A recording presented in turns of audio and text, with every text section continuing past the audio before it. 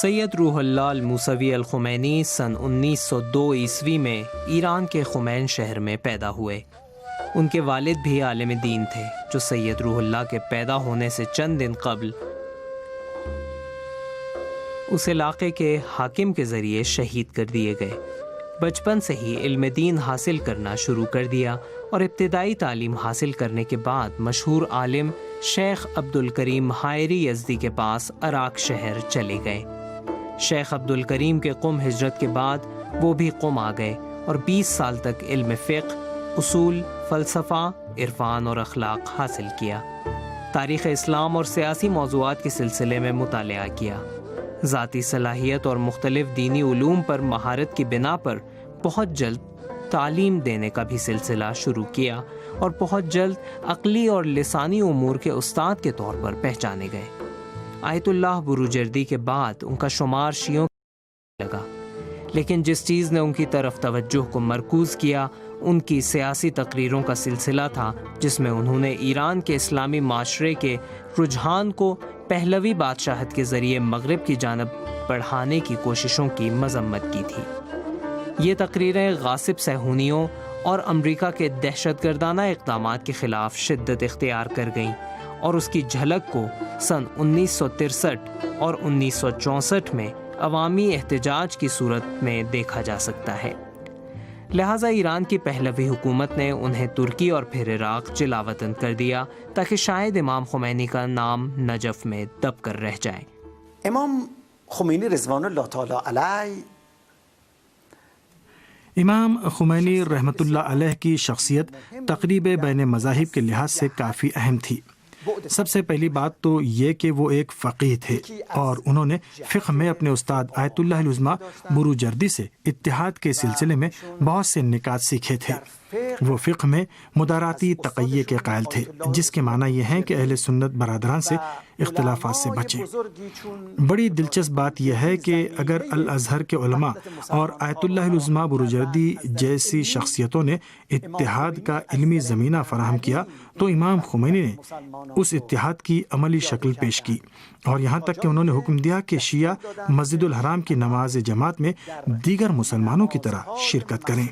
مسجد نبی شرکت کنند و با نمازهای سایر مسلمانان شرکت داشته باشند۔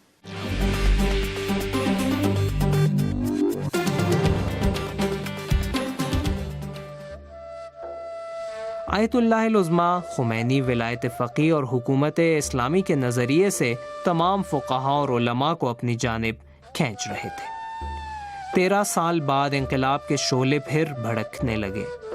محمد رضا پہلوی نے امام خمینی کو ایرانی عوام سے مزید دور رکھنے کے لیے انہیں عراق سے بھی باہر نکالنے کا عراقی حکومت کو مشورہ دیا۔ چنانچہ امام خمینی مجبوراً پیرس چلے گئے اور نوفلوشاتو کے قصبے میں 3.5 مہینے تک رہے، اور اس دوران اس انقلاب کے پیغام کو دنیا بھر تک پہنچایا۔ یہ انقلاب سن 1979 میں کامیاب ہو گیا، اور اس کے کچھ عرصے کے بعد ایرانی عوام نے اسلامی جمہوریہ کو اپنی حکومت کے طور پر تسلیم کر لیا۔ تو امام خمینی نے 10 سال تک اس کی قیادت کی اور سیاسی اسلام پر مبنی روحانیت اور عدل، بہادری اور عزت کا نظریہ پیش کیا۔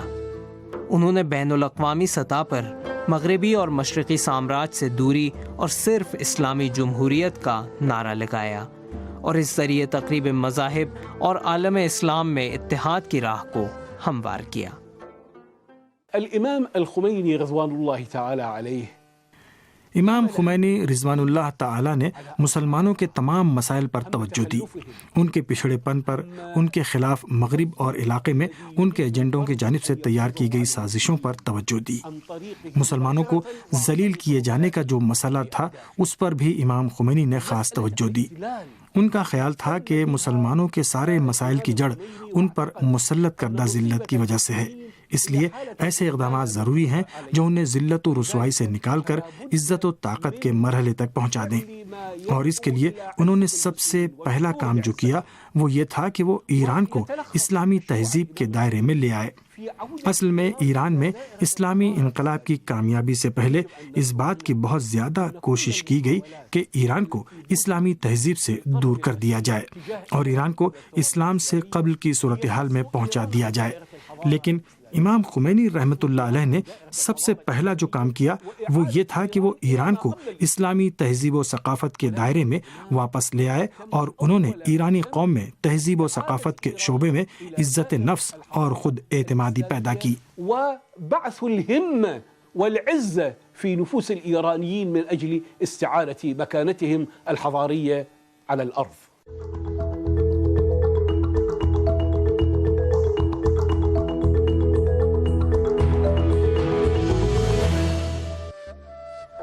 تقریب اسلامی کا مسئلہ 19ویں اور 20ویں صدی میں شیعہ اور سنی علماء کا سب سے اہم مسئلہ تھا، اور ہر ایک اس ضرورت کے لیے ایک نیا مشورہ اور ترکیب دیتا تھا۔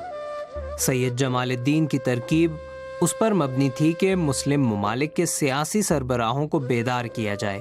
محمد عبدہ کا نظریہ یہ تھا کہ دینی علمی مراکز میں تبدیلی لائی جائے۔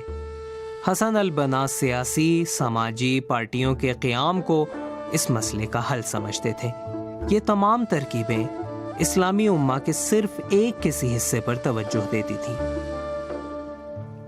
لہٰذا امام خمینی نے ایک صدی پر مبنی ان تجربوں کا فائدہ اٹھاتے ہوئے کوشش کی کہ اسلام کے سیاسی پہلو اور فکر کو مد نظر رکھتے ہوئے بہترین حل پیش کریں۔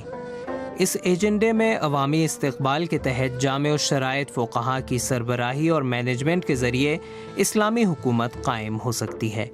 وہ علماء اور فقیہ کے جب امام معصوم پردہ غیبت میں ہیں، علمی اور اخلاقی لحاظ سے ان کی شخصیت سے قریب ہوتے ہیں، اور ان کی فکر بھی یہ ہونی چاہیے کہ اسلام کی صحیح طور سے تبلیغ کی جائے۔ امام تجدید حیات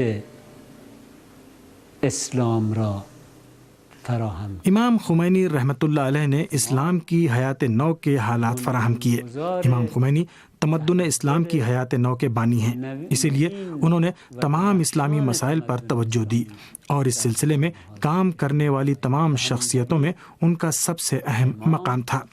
اگر ہم تقریب مذاہب کے سلسلے میں ان کے اقدامات پر غور کریں، چاہے وہ انقلاب کی کامیابی سے قبل ہوں یا بعد میں ہوں، تو ہمیں ان کی اہمیت کا اندازہ ہو جائے گا۔ قبل از انقلاب و چه بعد از انقلاب یک کارنامه بسیار آموزنده و درخشانی را مشاهده می‌کنیم۔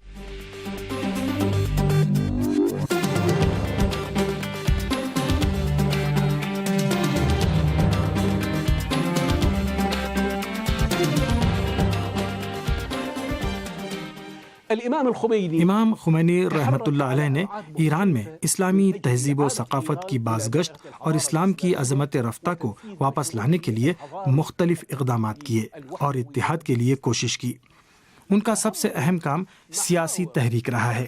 یہاں پر میں ایک اہم نکتے کی جانب اشارہ کرنا چاہتا ہوں، اور وہ یہ ہے کہ امام خمینی کی نظر میں سیاست حکومت کے معنی میں نہیں تھی، بلکہ ان کی نظروں میں سیاست کا مطلب امت اسلامی کے امور پر توجہ دینا تھا، اور اس نظریے کے تحت امام خمینی رحمۃ اللہ علیہ نے اپنا سیاسی نظریہ سماج کے سامنے پیش کیا اور کہا کہ ہماری سیاست ہماری دیانت ہے، یعنی جس طرح سے سیاست میں امت مسلمہ کے امور پر توجہ کی تاکید کی گئی ہے، اسی طرح دین میں بھی امور مسلمین پر توجہ پر تاکید کی گئی ہے۔